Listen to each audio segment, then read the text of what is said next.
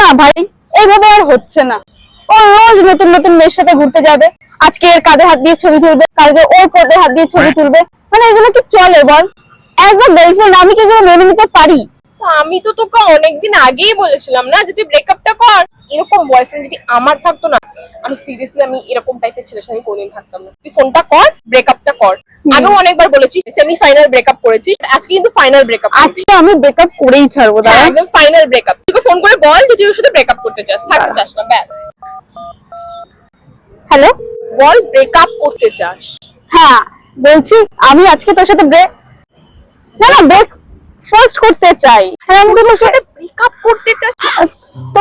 আমিও তো তোমাকে মিস করছিলাম।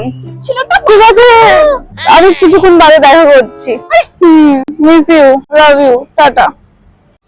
মিস ইউ আবার। না রে, ছেলেটা সত্যি আমাকে ভালোবাসে।